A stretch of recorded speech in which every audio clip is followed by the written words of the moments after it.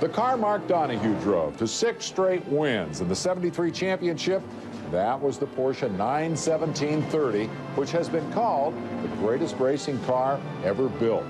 Donohue was as talented an engineer as he was a race driver, and he described the development of that car as the crowning achievement of his racing career. The history of this car is that we've shown that the car is quicker, at least our combination of car, engine, and team is quicker, but we have failed to win a race yet, and really that's what we're here for, is to win races. That's the only measure of success, so you can't say the car is successful yet. And so the executives at Penske Racing and the executives at Porsche are asking why, with all this money and all this time and effort that's gone into this car, are we not winning? The machine. Unlike any other sport, the tool also operates at 2 different levels. High cost for professionals, low cost for amateurs. But at both levels, there never seems to be enough money. So all problems really become the same problem. Once car and driver combine to meet the track, they become the ultimate extension of their crew. Woody, John Woodard, chief mechanic, the hardest working, very intense guy, very uncompromising in his ways, has really tried hard now to build not only this car, but an identical spare car, which is something we've very rarely been able to do in the history of our racing. It's approximately 1,000 horsepower, and it will do over 220 miles an hour on the straightaway. Between all this chassis and the suspension, everything is made of either aluminum, magnesium, or titanium. A perfect example is the wheel. As you can see, is very light, complete with tire. A front suspension, there's hardly anything to it. This is the oil pressure gauge here, the gear shift lever, and it also has a quick disconnect steering wheel. These are brake fluid reservoir tanks, the brake gas and clutch pedals. There's a Sears Die-Hard battery. And all the engine cooling is done by this fan, which sucks air in from the top and forces it out through the bottom.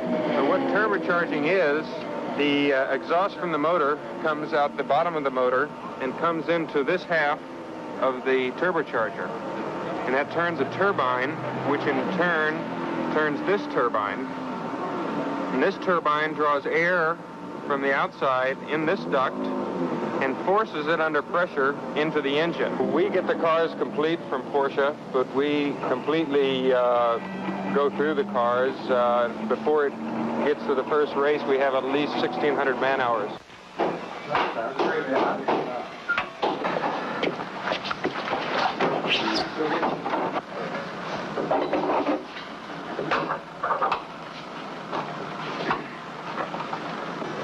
Let's steer the rack out. Yeah. Just turn it so it steers out. I mean, so you get more along at that point of it, right? About an inch. And let's just see if that thing wants to be shorter or longer. These men are searching. A search most of us make every day. Only here, the ingredients of man, machine, and time must be in perfect balance.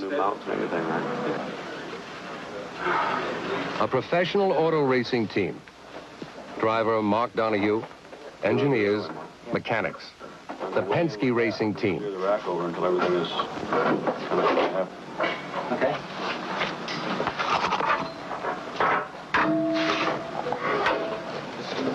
Still got the arc on the thing. One professional team out of hundreds. But only one level of this kind of search.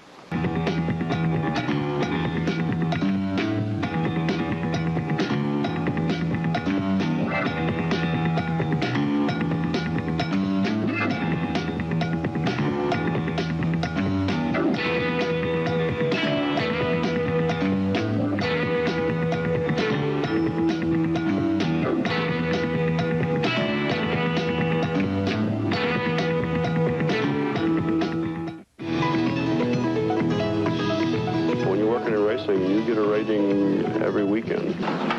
What does the upper camber point do with a 30% setup? And if you drop the caster length down again? I don't know what that would do to the steer. I don't see how such a small thing can mess us up so bad. The quiet searching are over. when it's time to move toward that moment of truth, toward the pressure and suspense of what's waiting when car and driver finally meet track and competition. This great big truck here, there's two $100,000 cars, and imagine the pressure that is on all of us, myself and the crew, to do well with this tremendous force. It's like trying to, you know, attack Morocco with the United States Army. Gentlemen, start your engine!